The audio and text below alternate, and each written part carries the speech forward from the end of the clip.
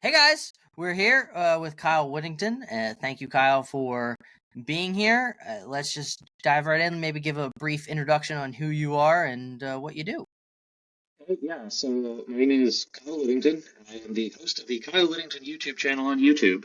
I do apologetics, I do conversations, interviews. I like having conversations with whoever, honestly, Catholics, non-Catholics.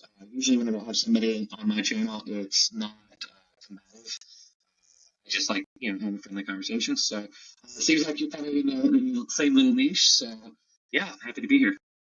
Awesome. So we were talking before, and you're actually located in the Catholic area of Steubenville, and I was curious Yes. what because you hear that now. I mean, with Pints with Aquinas, that's a classic. He's out there; he always shouts it out. Oh But yeah. what drew you to that area? And for people that don't know what that location is, why do Catholics a lot of times are drawn there? Yeah, so that's a great question. So I guess I initially got drawn to it from Pints. Hearing Matt talk about it because I did go to Franciscan back in like 2011. I went for 2 semesters, ran out of money, and then joined the Air Force. But I did meet my wife during that time, and I made some amazing friends. But so whenever I was hearing people saying, "Oh, move to Steubenville," I was just like, "Steubenville's a really crappy town." But then we came back to visit for a buddy of mine was being ordained, and so we got to visit, and it was just like, whoa, this place has gotten way better. Okay, that's cool. And then I went to a Pints event. I don't know if you remember whenever he was like on his Wise phone kick, he was like, hey, smash your iPhone and I'll get you a free Wise phone. And I took him up on that offer. So I went to his Pints event. I smashed my iPhone and he gave me a Wise phone. And I was on that for like 6 months before I got frustrated with the lack of features such as a calendar. I'm back on an iPhone now, which is actually my camera. So, but, uh, but yeah. So hearing more and more about that, it was just like, okay, is this all that it's cracked up to be? Because I've been really enjoying my visits to Steubenville and whatnot, and eventually I just get this like growing desire. I want to be there. We were living in St. Louis at the time. Closest friends were living like 30 minutes away. It was exhausting. Our church that we were going to was a 35-minute drive away. And it was rough and it was lonely. So this past summer, packed my family up. We came to one of the first Fridays, like during that time. It was Memorial Day weekend, right? Yeah, yeah. So it was last weekend of May, and then the following Friday was the first Friday, and we caught a very violent stomach bug. But the fact that we were able to take care of ourselves and the community there, we already made some friends. Matt McCloskey, who runs Chesterton's Cigar Lounge, great guy. I got to know. I'm not going to say his real name, but Thursday, I got to know him uh, pretty well. We got to hang out. That was cool, and you know, I further fell in love with her. So the next trip that I decided I was going to do was going to come look for a house. Sure enough, I talked to Greg Damari, which if anybody's planning on moving to Steubenville, you need to call Greg Damari. If you go with anybody else, you're wrong. Um, Nice yeah, advertisement. yeah. I So should I was get like, his oh, no. logo just plastered up. Oh, dude, he's in my Discord server. Greg is in my Discord server, so everybody, and I've got like a Steubenville Talk Discord server channel in my Discord, and every time like, hey, yeah, we're coming. It's like, here, talk to Greg. Get in contact with Greg, and yeah, so we did that. Got a house under contract, and oh, well, hold on. So I told Greg we found this house. It was like for 130K, and I thought, oh, we'll be able to afford that real easy. We'll be able to pay it off really quickly. Let's do it. But one of the things that I told Greg prior to coming up was that I wanted community in the neighborhood. I wanted young Catholic families around me, and everything else was negotiable. If the community was strong enough, I could suffer through anything else.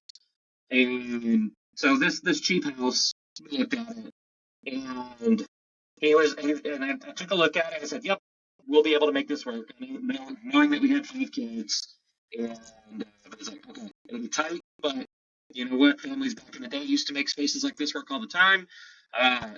Because of where it is, it's like, we're probably not even going to be the biggest family who's ever lived in this house. And then Greg was just like, hey, okay, yeah, I mean, it's your decision. You could do this one, but this isn't what you described to me. This isn't where the community is. That's one thing that makes Greg so good. He placed like half the Catholic families in this town. So he's just like, what you really want is this house over here, which was like, it was still in our budget, but it was like over double the price. And I went and looked at that, and you know, the house wasn't like a, oh, this is it. It's got everything we ever wanted. It was, once again, it's like, yeah, okay, we could make this work. But it was the price tag that was kind of like, eh.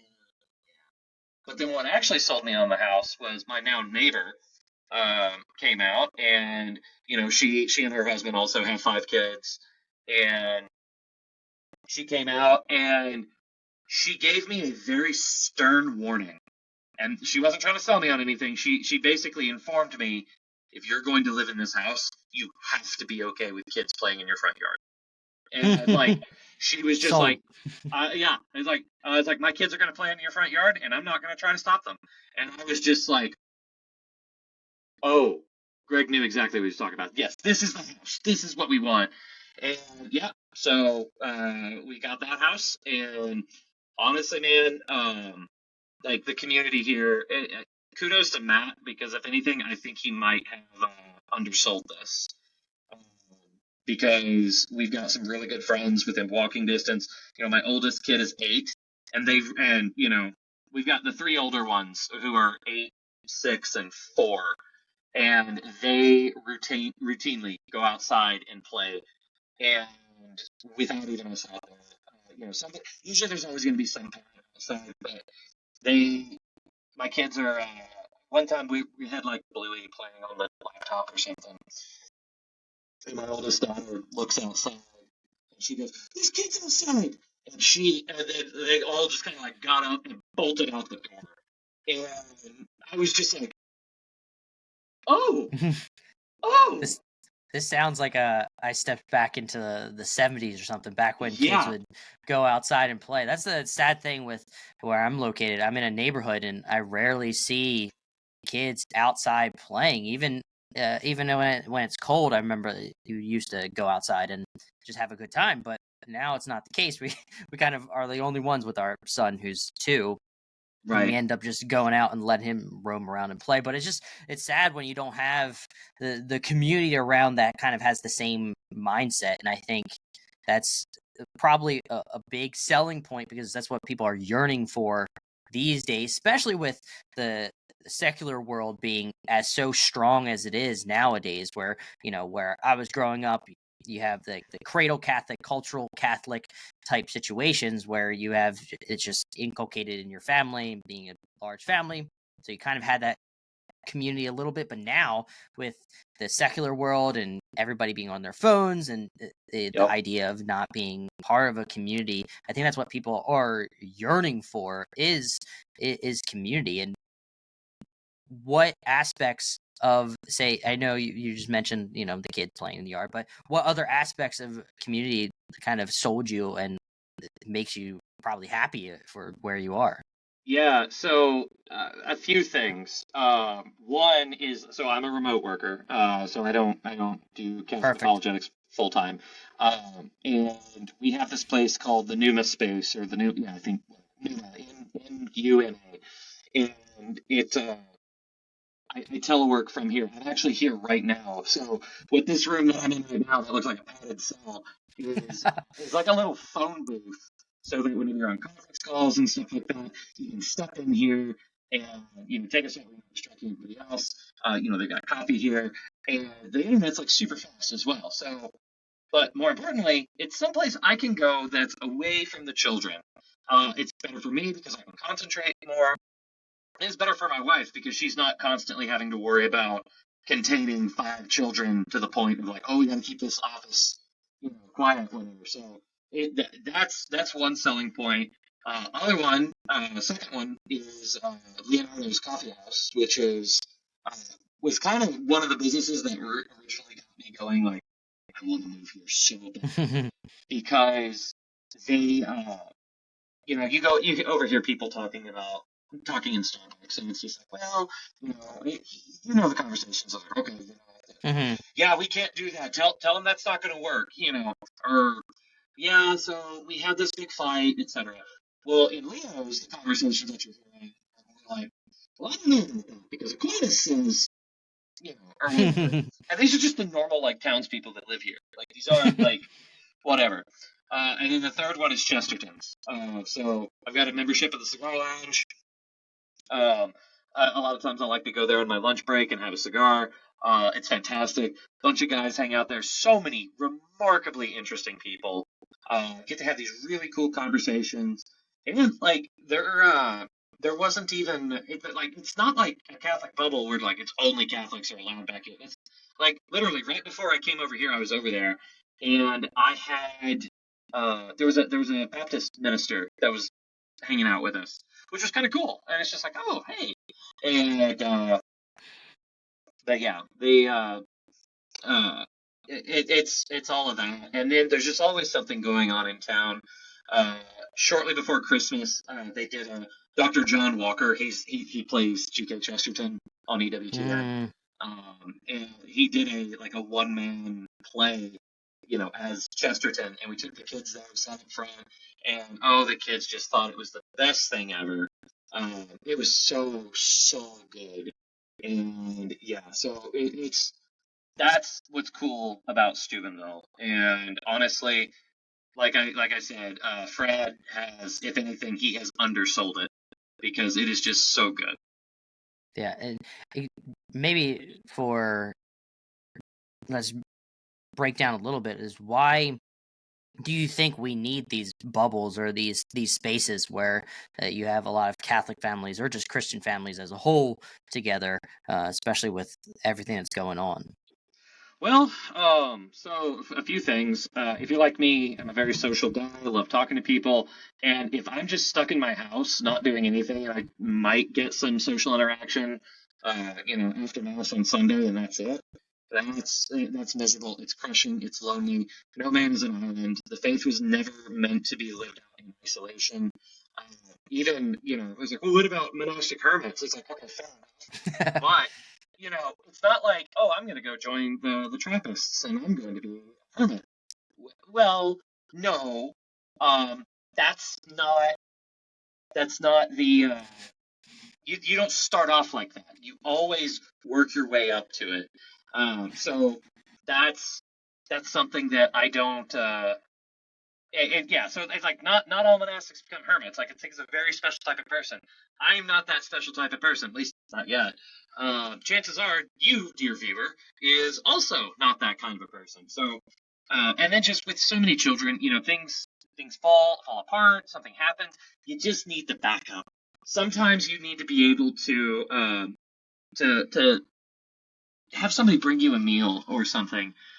We have a family that's here visiting from out of country, and they caught the stomach bug like we did last summer. And because I knew what that experience was, I brought them medicine, I brought them sick food, and it was just like, you guys are going to be stuck in your house. You guys are about to be sick, and we had already caught it, so it was just a decent chance they caught it from us. So, but we took them groceries and stuff like that, and because the town is so small, everything's within a 5-minute drive away. And because of that, it wasn't this monumentous effort. It was just, this is just what we do, and having the support of your neighbor for love's sake is just, it's vital. It's vital for the faith, and this is supposed to be normal. What everybody else is doing is not normal. And ideally, we're going to take this model and it needs to go elsewhere. But I like to say, well, why don't you just do Steubenville in St. Louis? And it's just like, quite frankly, because I'm not influential enough. If I said, hey, everybody, come live near me, in the neighborhood that we were living in, it's like, I'm sorry, but it takes a very specific type of person to be here, and that is not most people. And I think it also, like, your influence can't really, your influence can drive people there, but your influence can't really change the surrounding area, so to speak. So you need to have at least the foundation in place to grow a community, and that's what it sounds like Steubenville at least has. And then you start bringing an influx of Catholics, then it starts to build up, and you have that community. And like, I liked what you said, that should be the norm of interacting with your neighbors and being able to rely on them. Now, that's one of the things it sounds like when you talk to anybody that's older, that was the norm back in the day, of people interacting with their neighbor and actually being friends with them, and the families being in touch and being able to lean on them for watching your kids or doing something like that. And you don't see that anywhere close to nowadays, where people just drive on right by, or they're on their phone. Or when I walk through the neighborhood, I try to say hi, talk to some people, even though I'm a little bit of a introvert somewhat, but I still like to say hi and talk. But it's normally, it's kind of like a quick hello, and then they keep on moving. So it's it's a interesting time that we live in, and I honestly don't know where the world is going in the future. But before we get into maybe diving into that, but maybe let's go into I did see your conversion story, which I did appreciate. Maybe let's do a little briefer, even though it was a little brief on your channel, but maybe even shorter. But it's out. I really appreciated that. Yeah, so I guess I grew up Protestant.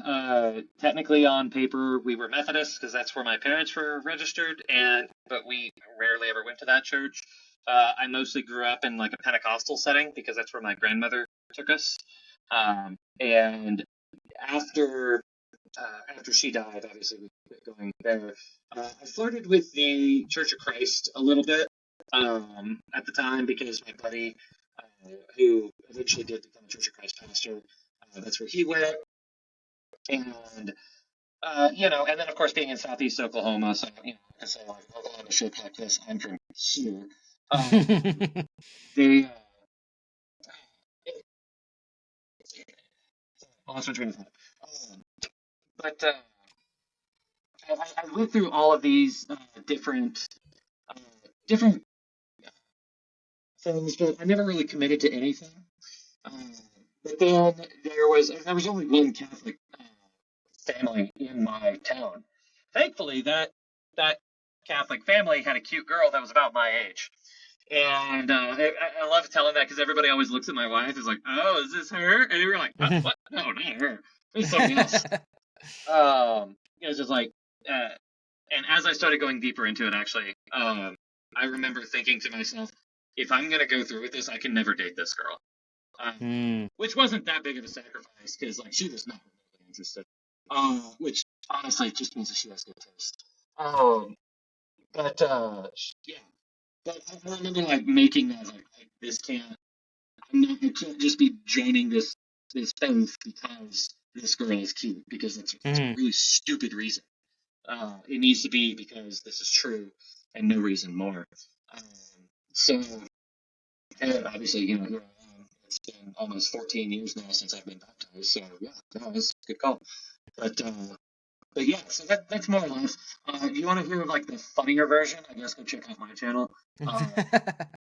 Yeah, but as far as like you hear these people that had to go give up so much, and because they converted, they lost friends, they lost family. That wasn't me. It was pretty low stakes. But it's kind of a funny story because I was a teenager and I was kind of dumb, and the objections I had against the church were also pretty dumb. And it's kind of funny whenever I hear adults now making those same dumb arguments. Hence my low-hanging fruit series. Yeah, you do a series, if people don't know, low-hanging fruit, where you're essentially just attacking low-hanging fruit apologetics from Protestant backgrounds or different backgrounds. Doesn't have to be just Protestant. So I really recommend checking it out. It's a good, and it's like you were saying, because I was telling you before, is that I'm no apologetic person where you can have these very philosophical arguments and discussions, like the Tret horns, for instance.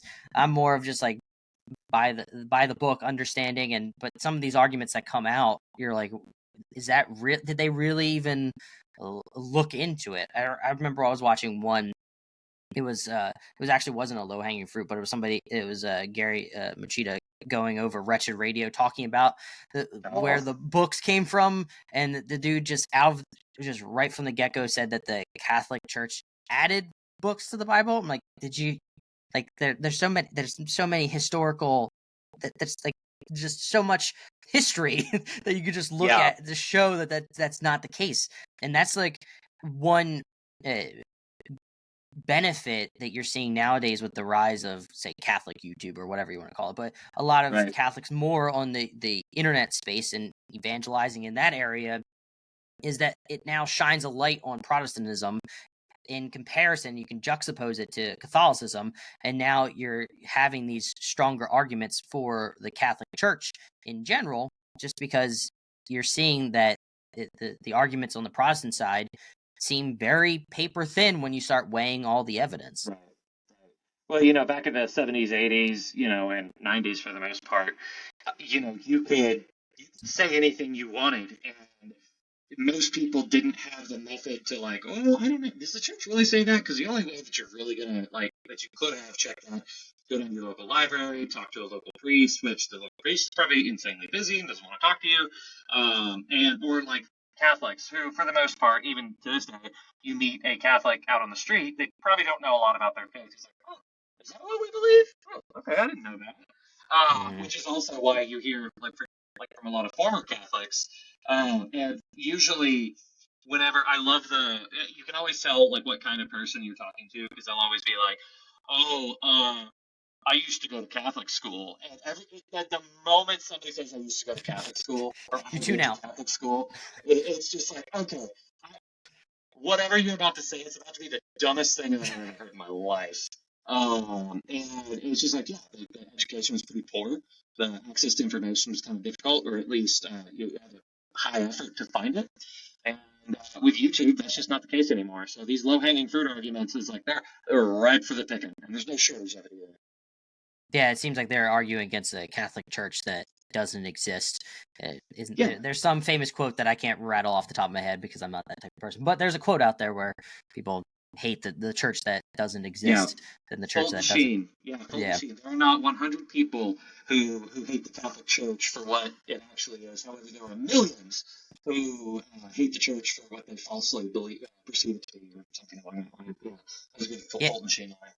Yeah, and you see that especially with your low hanging fruit videos is just the I struggle with the argument's sake, and I appreciate everyone that does the debates and stuff. It's maybe that's just not my personality, but just the not combativeness, but the confrontationalness. It's always something that I normally shy away from. That's why I kind of like having just these little discussions but it's just sometimes with the YouTube space, it's bound to happen. But I wonder when you go into these apologetic videos that you do, what's the mind space that you have, because you see a lot of people take it in different avenues of they're more aggressive or they're more lenient. How do you handle that? What is your mindset?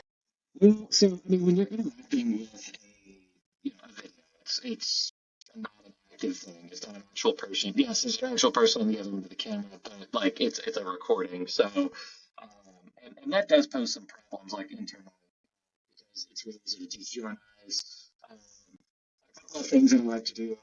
And I've slipped up on this a few times, but I try to not insult the person. Unless you know them, of course. Oh yeah, well, if it's Kevin Dunn trying to get it's dumb. I love you guys. But no, so it's I don't like doing that. So I guess the headspace is, I keep a few core things that I want to be very up on, because, well, quite frankly, these low-hanging fruit arguments, there's less than 100 versions of them. So be familiar with some of them, or with all of them. But there's probably maybe 10 extremely common ones. Catholics worship Mary. They preach a different gospel. Books to the Bible, and you just kind of have those responses just kind of preloaded. One of my favorite responses to the Catholics added books to the Bible is, that's so interesting that we added books to the Bible at the Council of Trent, because the Eastern Orthodox, wanted absolutely nothing to do with us at that time, and yet we still managed to convince them to add these books to their Bibles. Huh. How did we go about doing that? And, so some of the smarter ones who are a little bit more up on it, like, well, their canon's different. It's like, yeah, but they still include those 7 books that you're talking about. So, yeah, but I guess that's kind of more the headspace. But you want to try to keep these things in charity. Though, if I'm being honest, nobody's ever sent me an email. It's like, oh, this has enriched my faith or whatever. So it is definitely kind of more enrichment, entertainment, than it is enrichment. So I'm tinkering with that a little bit to see if we can actually use this in a way that actually enriches the faith, helps people grow in faith and grow closer to Christ. Yeah, and I think, at least with the YouTube space, one of the difficulties is just dealing. I mean, you hear this all the time when people that have more and more followership, or people interact it with more, is just the comments that come in of people trying to rebut your arguments, and maybe they take something out of context, or sometimes there are people that just are downright mean. But one thing that practice that I've been doing is that I think has actually been helpful is if I do see a negative comment come in, I actually just stop myself and I end up praying for that individual, because I feel like that just gets me in a different headspace. Instead of taking it so negatively, I can use that as a way to kind of hopefully help that individual with whatever they're going through. Because normally, a lot of the times, if you're on social media, if you're commenting on a YouTube channel and you're that enraged or that angry, there's got to be usually something going on your life. Right. Usually it can be like you're going through a bad experience, but it seems like usually, at least when it comes to the religious aspect, it's they don't have a closeness or a relationship with God, and that's giving them that anxiety. I mean, that's where I feel like a lot of society nowadays, you see that anxiety, and it's because a lot of people have lost touch with God, and it's really it's hard to navigate these times, it seems. Yeah. Oh, yeah, for sure, for sure. And, one thing, and this is kind of the topic that I'm kind of big on. If you hang out at Chesterton's, this won't be the first time you've heard me talk about this, even this day, but humanizing somebody. Think about the bad guys in G.I. Joe, the bad guys in Star Wars. We could probably name a few. Star Trek. All these different things. Halo. Mm-hmm. The bad guys are not human. What are you talking about? The stormtroopers are human. Yes, but their faces are covered. They don't have faces. G.I. Joe, the bad guys, the Cobra soldiers, all of their faces are covered. And so whenever their faces are covered, they're not human. So you can kill them by the millions with impunity.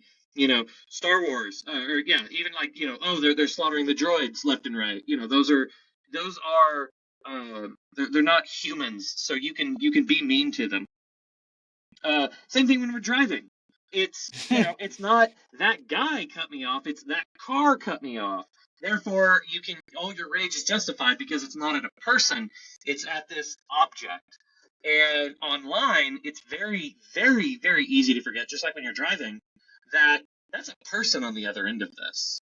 And when we just see this text, we see it as an idea, and we can attack that while completely forgetting that actually there's a person there with emotions, with history, with ideas, and honestly, as an individual, they're probably incredibly intelligent.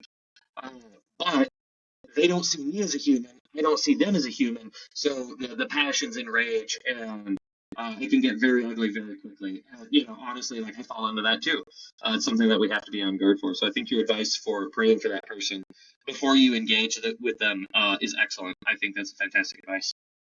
Yeah, I think it just gets you in the right headspace, just in general, of trying to, like you were saying, humanize. And that's what you see a lot in society. We dehumanize a lot of things that we just, with wars that are going on. Oh, this side they're not human. It's okay that we, murder them or whatnot. It just seems like it's just, we go down this route, and you see it throughout history where you just dehumanize it. And it just makes it easier for a large party of some sort to kind of come in and clean house, so to speak. And it's we got to be wary of that, and make sure that us, as I guess like the laity or Catholic faith, is that we humanize everyone and make sure that we bring light to all of that, and that everybody requires that respect and that love. Yeah, definitely. So, Yeah. I guess now let's just go into we're talking about a little bit about your arguments or your apologetics. What are like you rattle them off a little bit, but what are like some of the more frustrating ones that you hear a lot that you feel like it kind of because you're not attacking the individual, you're attacking the ideas of Protestantism or whatever comes up. What are like the ones that kind of frustrate, the ideas that frustrate you the most, that seem like they keep just coming back up to the surface all the time? Probably the single most frustrating one is Catholics worship Mary. And, at first I tried to take this at the angle of, well, what is worship? A lot of times people don't have a coherent argument. You've got Mike Gendron.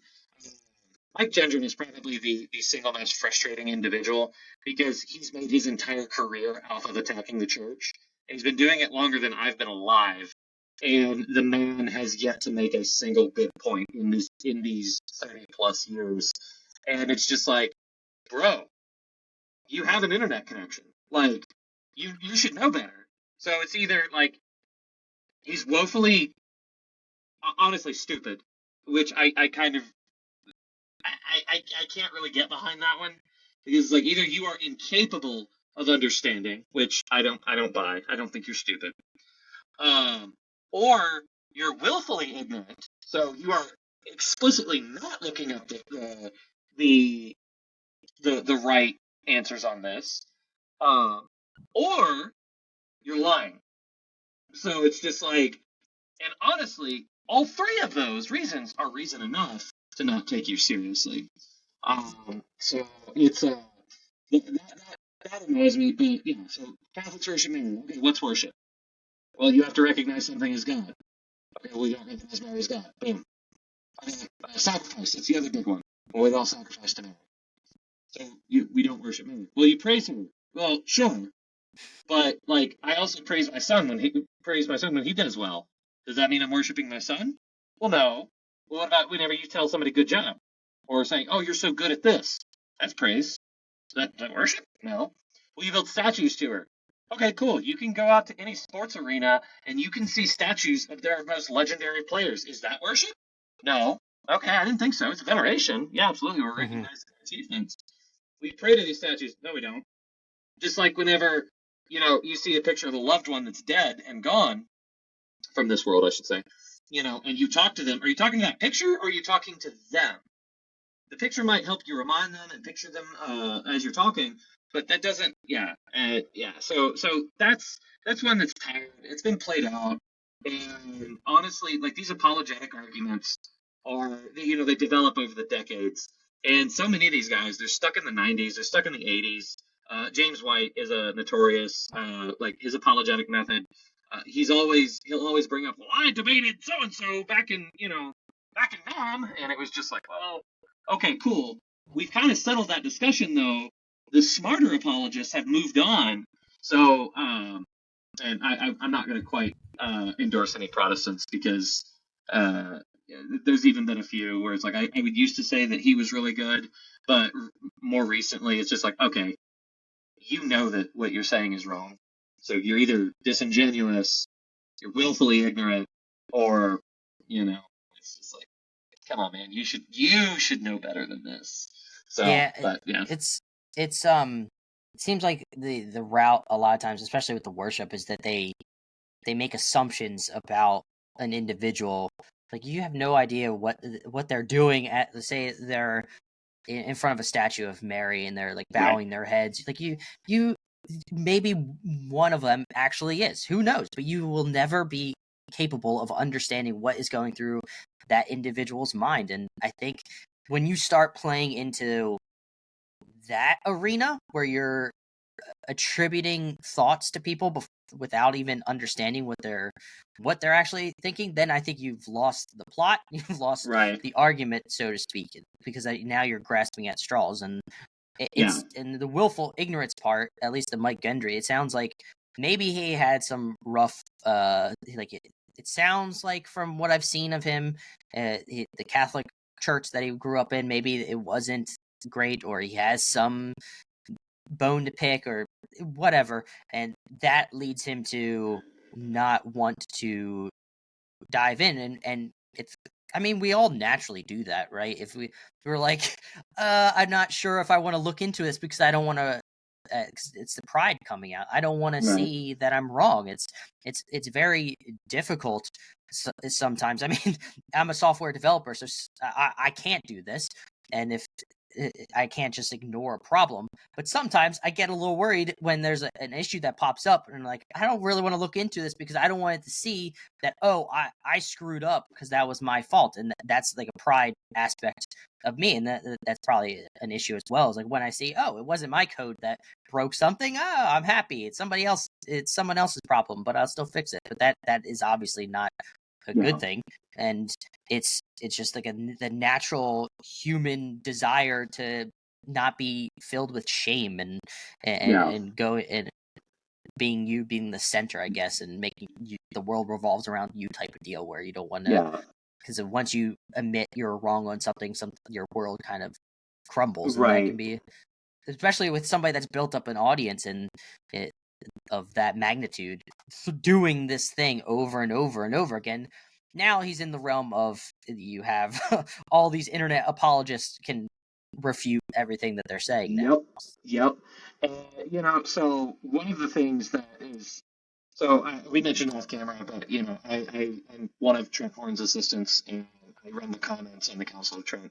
So I see everything. You run the gamut. Sometimes you'll get like really thoughtful critiques. Usually you don't. And one of my, because running through the checklist whenever I'm reading somebody, the moment they make an accusation about something that they have no way of knowing, I stop reading. Because you're not worth engaging. And I'm not, and even it's just like, you're just trying to do this. What's my response going to be? Well, no, Well, because it's just like, that's just an accusation. And I actually don't owe you a response. I know that that's not what I'm doing, and I know that's not what Trent's trying to do.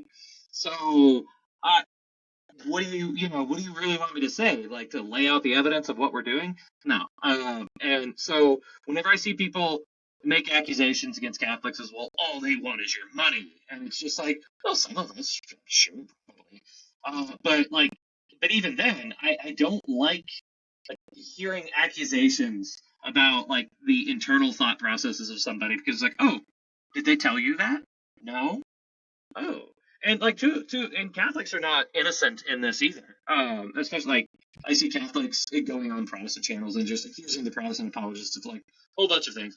I know I would say that I'm friends with quite a few Protestant apologists. The other Paul, for instance, like I consider him a pretty good friend. I hope he comes to the U.S. Whenever he comes and he's in my presence, he's not going to pay for a drink while I'm around. But you even see Catholics accusing this, especially like a Pope Francis. He's like, oh, he's actively trying to destroy the faith, and it's just like, okay, let me just go ahead and grant your point that he is destroying the faith. Let me just, I'm not going to argue that, but that is what he's trying to do. Man, like, there's other explanations that could do this. One, he could genuinely believe that he's doing the right thing. It's just he's not doing a good job of it. And like, especially like, we have to, in charity, interpret these things, especially the Holy Father, which that's not a meaningless title. The Holy Father. Would you always assume that your dad is doing like horrible things? I might think that my dad's an incompetent guy, but like, I'm not going to say that he's trying to destroy the family. And I think that's all unacceptable. I don't think any Christian should be doing that, and especially toward other Christians, and especially Christians such as the Holy Father that have valid authority over us. Yeah, and I think it's ironic too that they feel like the faith or the church is being destroyed, but they're kind of feeding into the destruction of the church by causing a lot of scandal, and you have people, I guess, second guessing their faith, or like, oh, this such and such came out, and now you're talking about it and how this is so awful, and how could the Pope do this? How could Pope Francis do this? And now you're the people that watch you and respect your opinion. Now they're wavering. They're wondering, Right. oh, is this really the church Christ founded, or maybe it should be the Orthodox church? And then you lead people away, and that's not a good thing when you're making assumptions on that individual. Right. And I'm sure that for people out there that have gone through, that have done something that was controversial, for instance, they obviously probably would want to do something like if they're looking back on a situation where they did poorly, they're like, oh, I would like to do that again. But if somebody now throws accusations at them, if they're in those shoes, they would come back, oh, no, I wasn't actually trying to screw up here. This is just what I was doing, the best of my ability. Right. And we have to provide grace to everybody. And I think it just seems so easy for people when you're looking at a leader. It's so easy to criticize that individual. It just comes natural, like, oh, they run it, so it's all on their shoulders. Well, okay, well, sometimes you kind of have to have some ownership on your end and maybe pick up the slack of whatever you can handle. And and I think we're getting into a rocky place, and I don't think it's a coincidence where you see the world getting in this weird headspace with so many countries getting angry at each other, and you're seeing also the church as well in this very rocky and precarious place that we're in. Yeah, I mean, sometimes I hear people get like really sensationalist about, oh, the state of the church is really bad. It's the worst it's ever been. It's just like, bro, go talk to Saint Athanasius about a crisis in the church. Like, come on, man. That's true. I said, projections of like 70 to 80% of all bishops were Arians at that time. It's just like, bro, we have dealt with crises. This is not a new thing. If anything, like the normal state of the church is crisis. So like, I don't want to say that there's not problems, because oh my goodness, like anybody with two eyes can see, and even people who are blind can clearly tell that there's some massive problems that need to be addressed. Imagine if you had social media during that period of time. It would have been all over. It was done. Yeah, exactly. Well, and there's this meme. It's a meme. It's not an actual quote from Father Mitch Packwood, but I quote it all the time because there's so much wisdom in it. And it's, one can cultivate a medieval sense of piety by having no idea what His Holiness in Rome is doing. And it's just like, oh yeah, so good. Because somebody once said, I'm a traditionalist Catholic. I do not call the Pope by his birth name because I don't know it. What did he say? What did the Pope say yesterday? No idea. I was too busy praying and working in the field. Stuff like this. Because like 300 years ago, or even 100 years ago, you would have been barely aware of who the Pope was. So we don't need to watch his every little movement, read every little document that comes out, because it's just like, is it a dogmatic declaration? Is it addressed to you? Who is this talking to? And it's just like, talking to, I'll keep his name private, but he said on the document about new theology, and this guy's a theologian, and he said, oh, what are your thoughts on it? He goes, I didn't read it. And he's like, why? He's like, it wasn't addressed to me. And I honestly didn't see any value in it. I don't think that I could have gained anything from it. It's not like he was adding clarity where there previously was confusion. I know that he's not going to, promulgate error. So I don't particularly feel the need to read it. And honestly, whenever it comes to what's coming out of Rome, the laity, for the most part, you don't need to pay attention to it. If there's something that's important coming out, your priest will let you know. Yeah, and I also don't like the whole what's the terminology? You have traditionalist, and what's the other? Just I don't even know what the other term is. Modernist is modernist. Yeah, so I mean, modernism is a heresy. Like, let me just go throw that out there. I don't want to downplay that. Like, modernism is a problem. Though I will say that modernism is a lot more pervasive than the trads would like to admit, because a lot of their one thing that I've noticed is their lines of argumentation are extremely modernist and they're Americanist. So it's just like, oh, we don't have to listen to this because blah blah blah. It's like that's American reasoning. That's not church reasoning. You don't actually have the authority to do that. And then, oh, authority, oh, what are you going to do? Are you going to be a sheep? And then I'll just like, well, that's how Jesus referred to us. So, yes. And I wonder, like, it just, like, I wonder if we had a pope that was extremely orthodox, came out very hard, especially in this day and age with, mind you, I'm sure people are that I can understand the confusion that people have, but if there's someone that was hardline orthodox, can you imagine the amount of just headlines nonstop from, not that it should stop an individual from doing that or stop the church from going forward with it, but you just think about the nature and the vitriol that everybody that's a Catholic would feel, because you would have, and maybe there's some provenance to Francis being where he is because it's first one with social media and he's a little. So I don't know. I don't want to assume the worst. I feel like that's maybe like the what most people should do is assume the best, and if it doesn't work out well, don't assume that there's some evil plot or they're purposely trying to do something evil. I think just maybe trust in the Lord. Yeah, I think exactly. that's what we should do. Exactly. There was I saw this, I don't know if it was a joke or meme or what, I don't know, saw this, but once again, I don't know who wrote this, but it struck me as having quite a bit of wisdom. And it was, Satan appeared to three monks and said, if I gave you the power to go back and change, gave you the power to go back in time and change one thing, what would you do? The first one said, I'd go back and I'd stop. Not going to try to, well, you're not monetized. I'm going to try to go back and stop this mustache guy in the 20th century from killing all those people. This second guy thought he was more clever. He's like, I would go back and I would prevent the fall. I would stop Adam and Eve from eating the apple. The third monk dropped to his knees and prayed, Lord, deliver me from this temptation, from this demon that is tempting me with power to change what I cannot change. And then, Satan ran off screaming after that.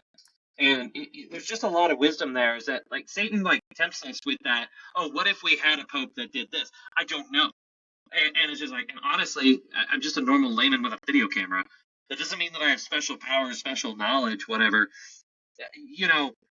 Who knows? I don't know. God knows. And he's ultimately in control. He's already won the victory.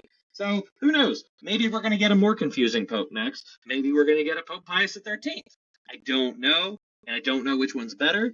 But I do know that God's in control, and that gives me peace.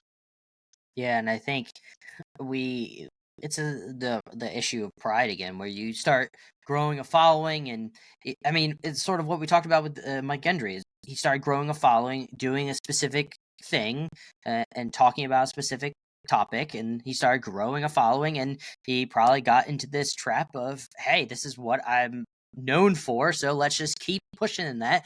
And you may be seeing that with a lot of Catholics that are more on the extreme end of criticizing, and they're saying, hey, this is where the bread is buttered, so to speak. This is what people come and when they watch, and it's like you have to be a little bit careful of that, and not let your viewers, so to speak, drive where you are going. You kind of have to have some reins as well, and realize that just because, like you said, you have a camera in front of you doesn't really make you better than anyone else that's watching you, for that matter. Exactly. It's just like, guys, I get this info from all the resources that you have available to you too. Well, maybe not so much anymore because I have some of those brilliant minds that I really but it's books, it's online, it's videos. You can look this stuff yourself. But one thing that you're talking that kind of struck me is that Mike Gendron, whether he knows it or not, has been presented with the opportunity to trade in his earthly riches for heavenly riches. how amazing would it be if he like renounced the nonsense that he's been spouting and said, I understand that this will ruin me financially. I understand this is going to be, but instead I'm going to serve the kingdom of God instead, and I'm going to put my faith in him and my trust in him completely. And same thing with like these followings, whatever. I've got almost 4,000 subscribers now, and it's just like, and honestly, which as far as followings go, that's like nothing. But compared to me, it's something. That's for sure. Yeah. Oh yeah. Well, that's the thing. Unless your name is like Jimmy Donaldson, like there's always a bigger fish. So it's whatever. Because just talking to like Matt Fred and whatever, he's still focusing on growing his channel too, because I mean he's doing good work, and more reach means more good work. So, but you got to keep like you got to keep the main things the main things. So think about the last four things: you will die, you will be judged, you will go to heaven, or you will go to hell. So, and whenever you face your judgment, you're not going to be asked how big was your social media following. Nope. That is not important at all. You're going to be measured by the faith in which you serve. So that is, that's something to keep in mind. Especially, it's super, super tempting for creators. That's, that the devil's always going to taunt us or tempt us in the ways that are most effective, and that's one that's ever present to every creator. Yeah, and it seems like you specifically have your little hands in a lot of different Catholic YouTubers. So I'm kind of curious to get your thoughts of what would you like to see for Catholic YouTube as a whole, like going forward. Like, what would I know that's like a broad question, but like what ultimately, I guess the hope is to bring more people into the church, but how definitely can we utilize this new digital media? Well, I say new, it's not new, but the new and relative Catholics getting in church it. history, this showed up like 10 seconds ago, so it's pretty much extremely new. I guess what I would like to see more from Catholic YouTube is less inviting. We're Catholics, we need to remember that, and also when you're on YouTube, this is publicly visible. Catholics, non-Catholics, everybody can see it. So you have some creators, not naming them, who seem to primarily just attack within the church. And the Protestants, quite frankly, have a point whenever we say, oh, we're united. They point to these guys and they're like, ha, ha, ha, how united they are. Oh, they're so dumb. And that's also another problem, too, because then the secularists look at the Protestants making fun of us, making fun of each other. And it's just like, oh, yep, this is Christianity, guys. Isn't it ridiculous? So, like, that, honestly, the infighting needs to come to a quick and screeching halt. But, it's typically the smarter the people you deal with, usually the bigger the egos are. So, there's nothing new under the sun. This isn't a new thing. But I think creators need to be more focused on building each other up, having disagreements respectfully, being familiar with where we're allowed to disagree. I think Trent Horn, as of this recording, which is January 31st, good. Subscribe to the Council of Trent. He published a video about, the dare we hope all might be saved. Well, as formulated by Balthazar, Trent even points out that, that's compatible. That's not heresy. It might be confusing, but, you can't say that somebody's a heretic for professing that. So, but then Trent still disagreed with it. And that's also allowed. So, I find the word heretic, the word schismatic gets thrown around way too much. And it's just like, okay, what do these things mean? Because, if you say, okay, one phrase I see thrown around, Pope Francis is a heretic. And it's just like, okay, if you are correct, Christianity is false. Sorry, if Pope Francis is a heretic, Christianity is false. However, we do know that Christ rose from the dead. Christianity is true, therefore you're wrong. Now, that's obviously super, super oversimplified. There's 30 logical steps in there that I just didn't mention. But, I mean, that does do that. So, more charity, and, authentic charity, not just lip service to it. And that is what I think is desperately missing in Catholic YouTube. Completely agree. And what you were mentioning about the arguing, it kind of actually reminds me of there was this whole aspect that was going on with Logan Paul and Jake Paul. I know this is random out of the blue, but Sure. listen to me, follow me here. But it was on the PBD podcast where they were talking about the situation, about how they were arguing, and he basically laid it down. It's like, if I'm your parents, I'm going to sit down, both of you, and saying, you are brothers. You never argue out in public.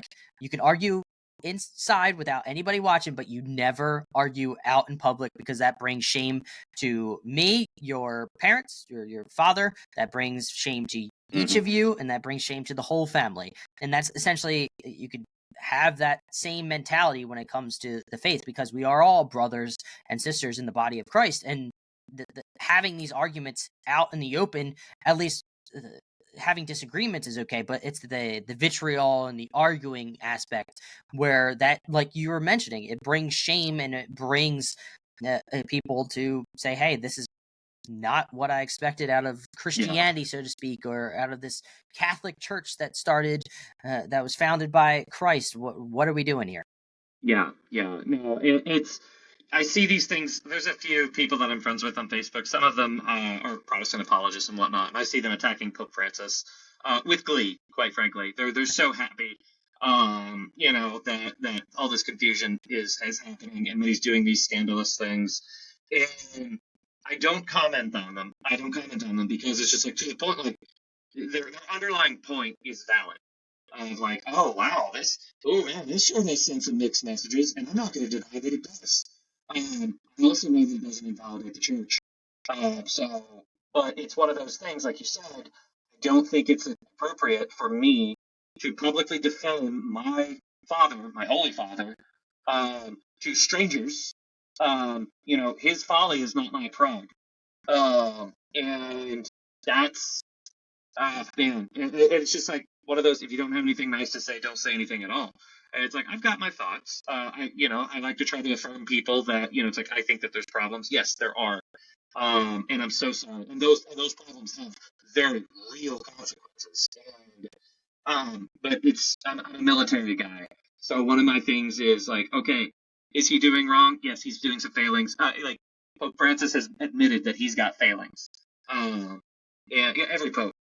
Peter denied Christ 3 times. Come on, guys. So these failings are things that he will have to answer for at his judgment. You, on the other hand, do not have to answer for him. So it's just stay in your lane. Figure out what it is. You can have all the correct opinions about Pope Francis, but if you're neglecting your family, you are far worse. Well said. Well, quick branching on what you said.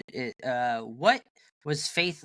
How did faith interact with you being in the military? How did that affect you at all, or was it difficult being faithful? Oh yeah. So okay. Sometimes people will say like, "Oh, I'm not joining the military. It's so bad now." Guys, shut up. It's always been bad. Currently, the military's in love with Sodom. Before, they were in love with Gomorrah. So yes, it's bad. It's so bad. However, like it's just a different flavor of bad now. But it's always been bad. It was quite the culture shock for me, because I left Franciscan University where it was so a breath of fresh air, because I wasn't the Catholic guy at Franciscan. I was Kyle, which that was an experience. In the military, once again, I was the Catholic guy. I was the virgin. Which that was whatever. My supervisor occasionally would come to work on Monday, and we worked on cruise at 3, and he would brag about cheating on his wife the previous weekend. Oh my goodness! Oh, it's so bad.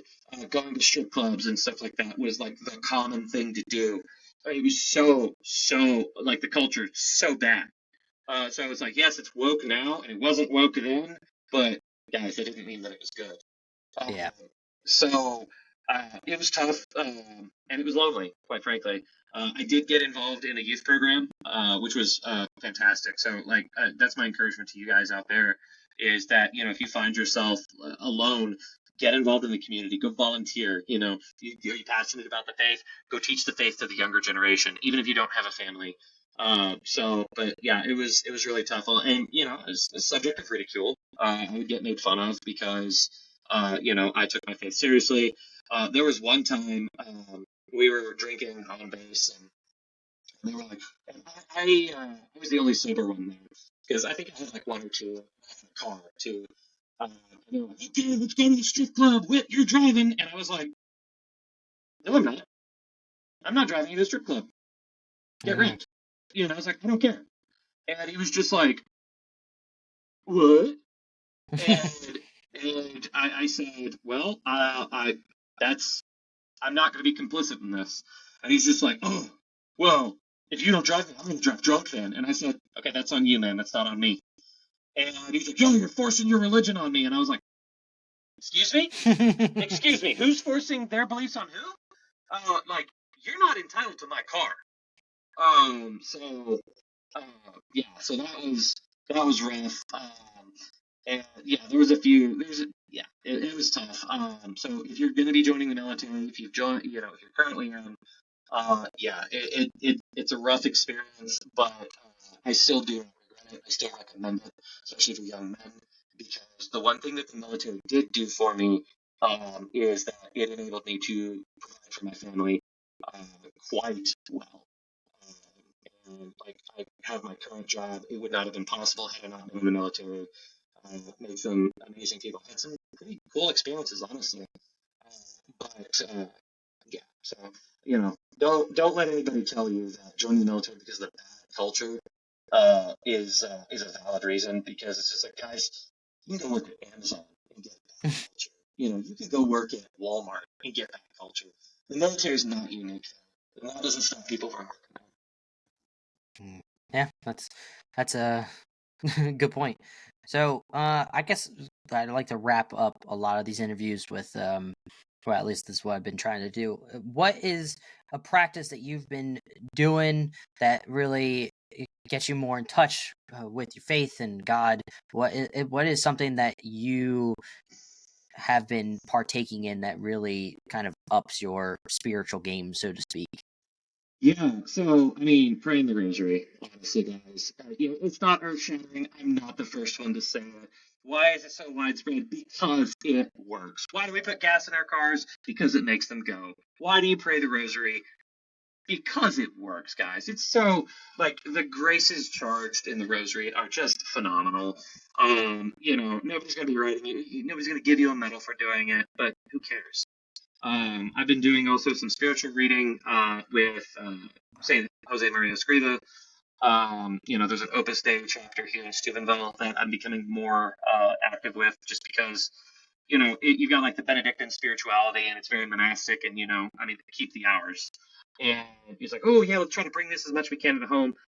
With kids, it's just impossible, or at least it's not. It's impossible for me. I'm not disciplined enough. Maybe one day I'll get there, and praise God if that happens. But Saint Jose Maria Escriva is more focused on, here's how you be holiness in your normal life, and this is that's something that has really resonated with me, because I'm a busy guy, busy dad, husband, etc. And it's it's good to so pray the rosary, do holy hour when you can get it done. Go to mass as often as you can if you have a daily mass. It's stay close to the sacraments. The grace of God is really the power behind all of this. So the more of that you get, the better off you'll be. Awesome. And I kind of expect the more I do this podcast, the more I'll just the answer for that one will always. Well, I'm curious to see the breakdown in the future of what people answer, but I have a feeling it's going to be the rosary most of the time if I'm going to have Catholics on. Yeah. I do have some Protestants on from here and there. But thank you, Kyle, for being on. This was great. I had a good time. Yeah, man. Thanks for having me. Hey guys, thank you for watching this video. I hope you guys enjoyed this interview. I always enjoyed all the interviews that I do. If you are new to this channel or this podcast, please subscribe to the podcast or the YouTube channel, whichever way you are watching it. If you are on podcast platforms, listen up. listen, I would like you to subscribe, obviously, and then leave the podcast a 5-star review, whether you are on Spotify or whether you are on Apple Podcasts. That helps the podcast grow. And as always, just share this podcast with your friends and family. And also share this YouTube video if you just want to share the YouTube video as well. If you're here on YouTube, that is the best way we can grow this community as a whole. And go to adambuckingham.locals.com if you want to join the community and also support the podcast. So hopefully we can do bigger and better things and have bigger and better interviews, and I can interact with all of you all on a one-to-one basis. So go do that, and until next time, I hope you have a blessed week. Bye.